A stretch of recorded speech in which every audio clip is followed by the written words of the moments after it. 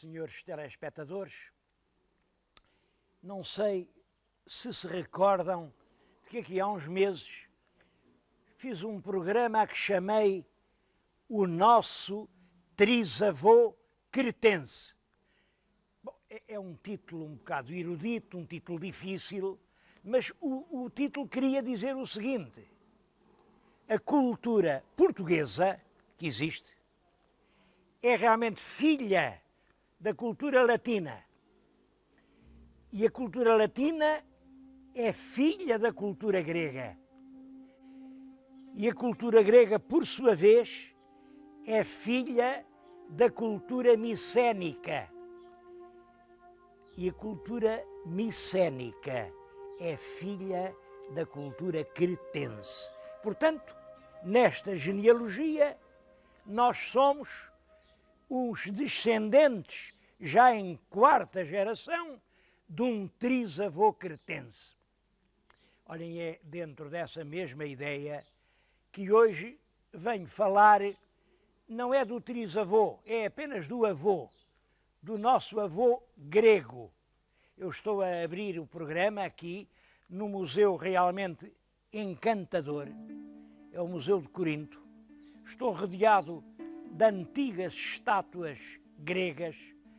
Corinto foi uma das grandes cidades da antiguidade e venho aqui para lhes falar da cultura grega e também da Grécia. As estátuas que vimos são gregas. Gregas porque foram feitas na Grécia, esculpidas por artistas gregos. Bem, mas pertencem já ao período da dominação romana. Os romanos ocuparam a Grécia, devastaram Corinto, partiram tudo. E a escultura romana tem já um outro espírito. É muito mais anatómica, muito mais realista, com uma certa brutalidade. Eu estou a falar junto de uma peça que é uma obra-prima da escultura desse tempo. É a cabeça do imperador Nero. Como sabem, Nero deixou uma memória sinistra. Não sei se é verdade, se não, mas se a gente acreditar no que os historiadores disseram, foi um dos maiores criminosos de todos os tempos. Olhem bem para a cara dele. Olhem bem. Eu acho que não engana.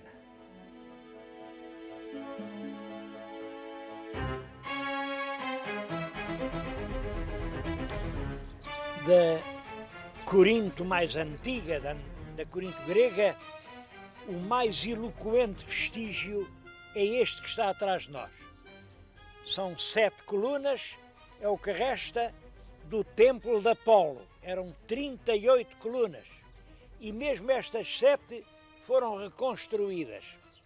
Como sabem, Apolo era o deus do espírito, da cultura, da elevação.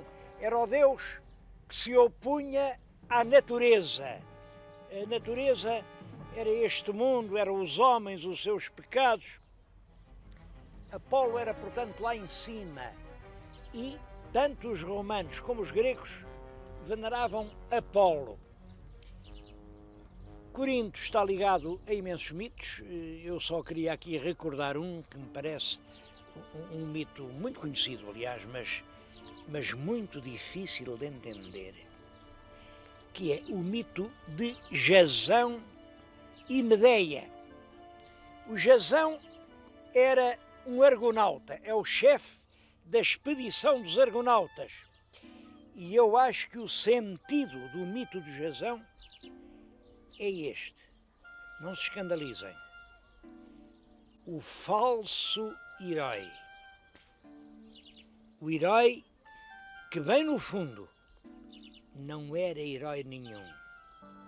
Pelo contrário. Bom, a história é de que o Jazão tinha direito a suceder no trono do seu pai, mas vem o usurpador, que é o Pélias, ocupa-lhe o lugar, ele não pôde ser rei, mas o usurpador disse-lhe: olha, se tu fores muito longe daqui, até à Cólquida, e conseguires trazer-me o velo de ouro, o velo de ouro era uma pele de carneiro toda de ouro, era um tesouro mitológico, eu restituo-te o trono. Era um feito quase impossível, mas o Jazão arranja um navio, o Argos, é daí que vem a expressão argonauta, arranja muitos companheiros, isso também é simbólico. Ele não foi capaz de ir sozinho, e os companheiros eram os grandes heróis da Grécia Antiga. Ele levava com ele, imaginem, o Heracles, o Teseu, todos os grandes vultos iam com ele. E quando chegou lá para conseguir apoderar-se do tesouro, namorou a Medeia. A Medeia era filha do rei e era feiticeira, era mágica. Foi a Medeia quem adormeceu o gigante que guardava o tesouro, e ele devia inteiramente o seu triunfo às artimanhas de uma mulher. Bom, de qualquer maneira, ele trouxe o tesouro. É certo, o rei da Cólquida perseguiu, mas a feiticeira Medeia matou o irmão, desfê-lo em pedaços, lançou-os no mar e como o rei da Cólquida era um homem piedoso, não teve tempo para perseguir o fugitivo, porque andou a recolher os pedaços do cadáver do filho para lhe dar uma sepultura honrada. Depois, assim, já com o velo de ouro, o Jazão chega à sua terra e diz: pronto, cá está o velo de ouro, eu agora quero ser rei. Mas a feiticeira Medeia continuou a fazer crimes.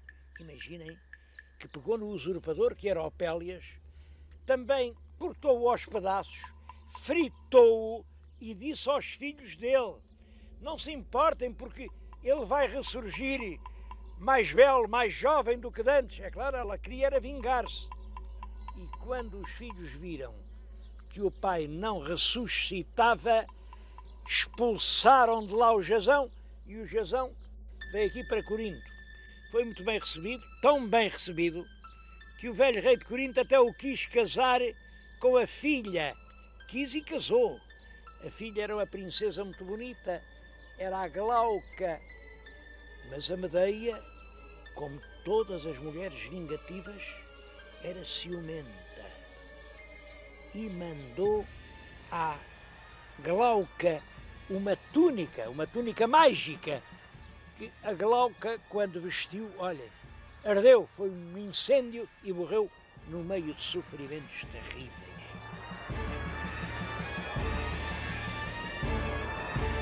Qual foi o fim do Jazão? O Jazão era um homem cheio de glória, devo-lhes dizer, porque era o comandante da nau Argos. Era. Ele chegou à Grécia numa auréola de glória. Bom, e já estava cansado e foi deitar-se a dormir a sesta. Foi deitar-se a dormir à sombra do seu velho navio. O navio estava tão velho e tão podre que uma trave lá de cima despegou-se, caiu, matou-o. É realmente o símbolo do falso herói, do homem que fez um feito aparentemente glorioso, mas fê-lo através de burlas, de meios fraudulentos, e que acaba por ser vítima da própria glória que forjou.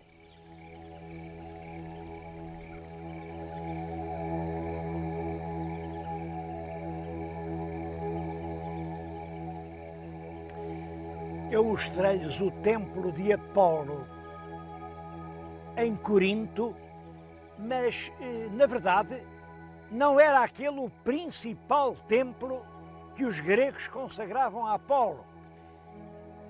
O culto de Apolo era um culto que alastrava a todo o mundo grego. Eu tenho aqui um livro que marca a influência do culto de Apolo. Neste momento estou aqui em Delfos, este é o centro. Chegava ao Mar Negro, apanhava vastas regiões do que hoje é a Turquia, tocava em cidades africanas, apanhava todo o sul da Itália e a Sicília. E o centro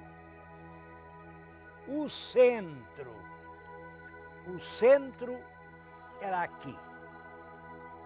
Havia até ali uma pedra, uma grande pedra, está agora no museu, uma grande pedra que os gregos diziam que era o umbigo do mundo. O meu telespectador pense o que é que quer dizer isto do umbigo. Como sabem, todos temos um umbigo. O umbigo é o sinal do nosso nascimento humano. É o umbigo que nos recorda a hora do nascimento. Ora bem, para os gregos foi aqui que o mundo nasceu. Havia muitas lendas. Eu vou citar uma que é muito conhecida e realmente é bonita, que é de que Zeus, o Todo-Poderoso, reinava num mundo enorme, que ele sabia que era circular. Realmente a gente, quando chega a qualquer ponto alto, vê que tudo à volta é redondo. Portanto, ele tinha a ideia de que o mundo era um enorme círculo. Mas onde seria o centro? Ele isso não sabia. Não era capaz de determinar o centro do círculo. Sabem o que fez? De um dos extremos do mundo, largou uma águia. Ao mesmo tempo, do outro extremo, largou outra águia. As águias vieram voando, e quando se encontraram, foi aqui. Era este o centro do mundo. Isso é uma lenda, mas a que eu lhes quero contar é outra, bem diferente.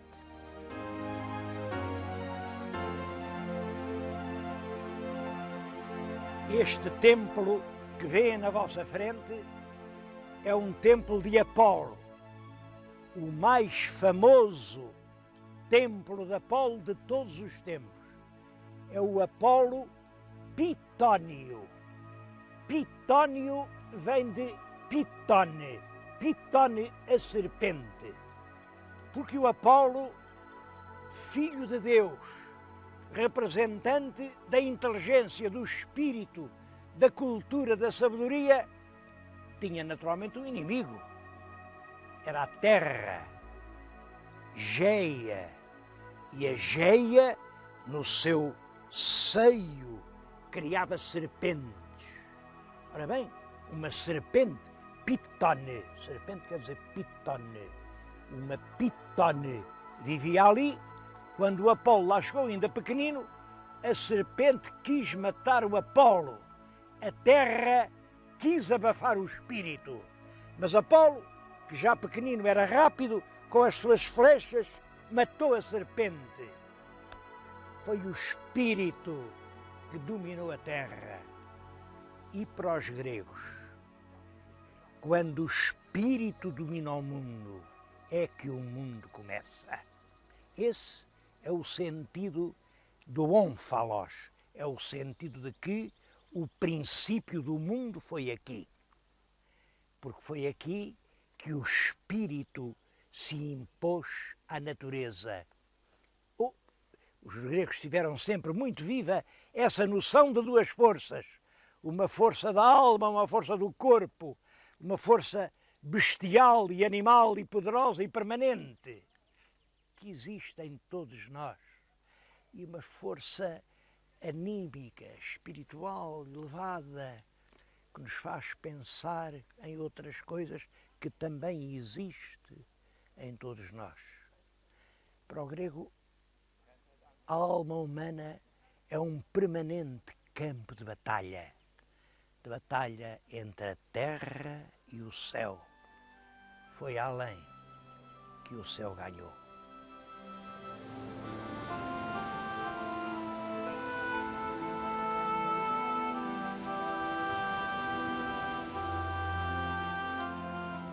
No tempo da serpente, era a serpente quem governava o mundo. Era ela quem dizia como o mundo devia proceder. Quer dizer, era a serpente quem ditava os oráculos. Bom, mas agora Apolo ganhou. Quem vai ditar os oráculos é o próprio Apolo. Mas como? Mas como, se os deuses estão tão longe? É nessa altura que aparece este culto dos oráculos de Delfos. Há uma câmara lá na tal caverna da serpente, queimam lá umas ervas cujo cheiro deixa realmente as pessoas perfeitamente fora de si, e há umas mulheres a quem chamam pitonisas. Reparem, a serpente era Piton. Estas mulheres são pitonisas. Pitonisas porque falam como a serpente. Dizem como o mundo se vai governar. Elas eram escolhidas com cuidado, começaram por escolher mulheres muito novas e bonitas, mas a certa altura vieram aí uns viajantes quaisquer e raptaram a pitonisa. Então passaram a escolher mulheres com mais de 50 anos. Elas eram colocadas sentadas numa trípode. Trípode, em português, quer dizer tripé. Era um banco muito alto. E porquê a trípode? É porque assim, sentadas na trípode, não tinham contacto com a terra. A terra era o lar da serpente. E elas já interpretavam a voz de Apolo. E eram elas que davam conselhos. Não, calculam agora o jogo que se metia aqui. Essas pobres mulheres, depois de perfeitamente, enfim, embriagadas por aquelas ervas, por aquelas drogas, não diziam coisa com coisa. Entravam em transe, torciam-se, gemiam. Elas duravam pouco tempo, sabe-se isso? Uma pitonisa tinha poucos anos de vida. E hoje também o drogado tem poucos anos de vida. E ao lado estavam os sacerdotes que registavam aquelas palavras sem nexo, mas depois compunham uma decisão. A decisão, os sacerdotes, é claro, eram políticos, muito espertos, e faziam sempre uma frase que dava para tudo. Por exemplo, olhem, quando o Filipe da Macedónia resolveu invadir a Pérsia, veio aqui perguntar a opinião do oráculo. O oráculo disse: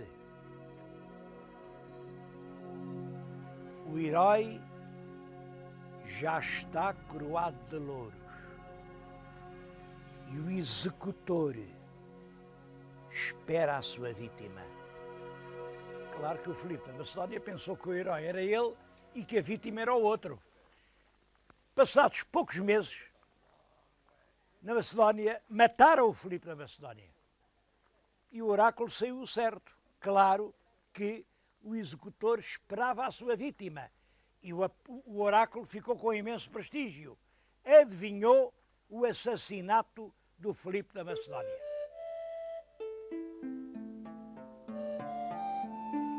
Juntamente com os oráculos, estabeleceram aqui jogos que eram disputados por todas as cidades da Grécia. Bom, de certo modo, como Jogos Olímpicos. A estes chamavam Jogos Píticos. Píticos por causa da tal serpente Pitone. Portanto, no lugar de Piton, Jogos Píticos. Os Jogos Píticos tinham uma diferença dos Jogos Olímpicos. É que aqui não se media só a força dos músculos, metia-se sobretudo a força mental. Eram jogos de canto, de música, de poesia, de teatro, de literatura. Chegou a haver jogos de pintura, quer dizer, era a força do espírito que aqui dava as suas provas. Olhem, a verdade é que este santuário adquiriu um prestígio imenso. Um prestígio que dura desde, podemos dizer, 600 ou 700 antes de Cristo até perto de 400 depois de Cristo. Portanto, durante mais de um milénio, foi um dos centros da espiritualidade europeia.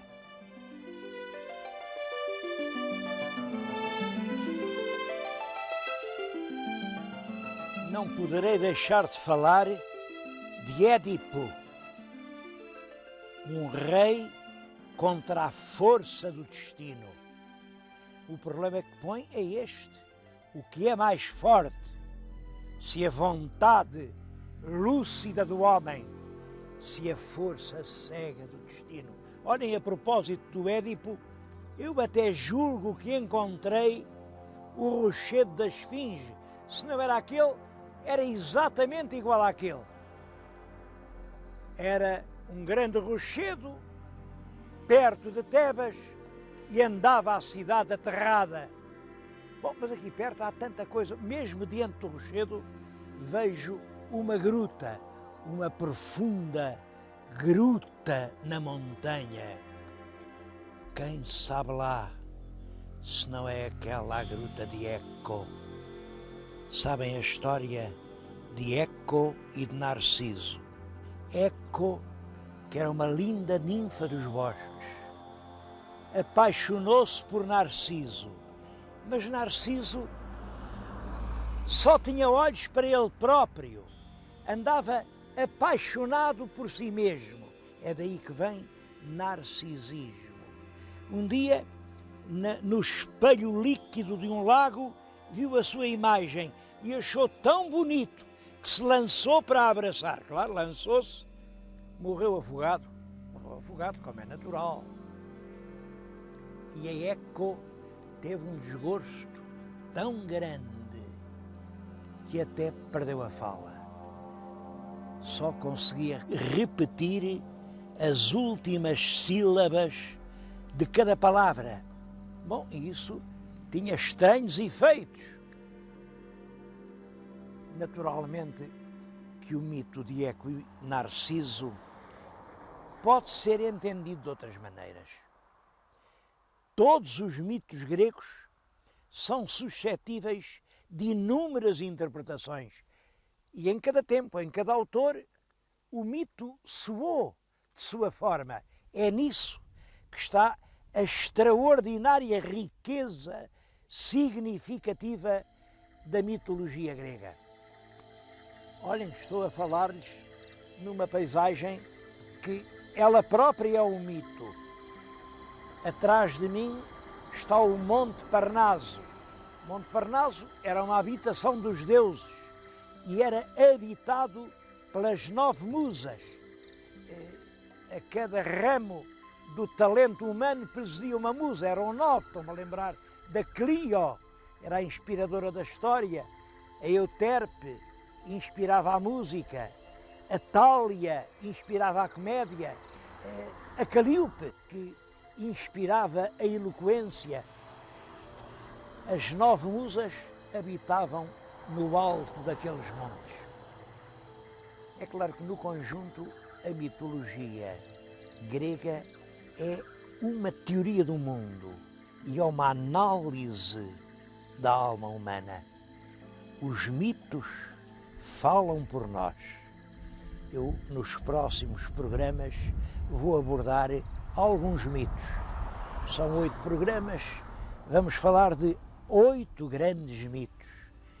E o meu telespectador vai concordar comigo. São mitos eternos, mitos que ainda hoje falam por nós.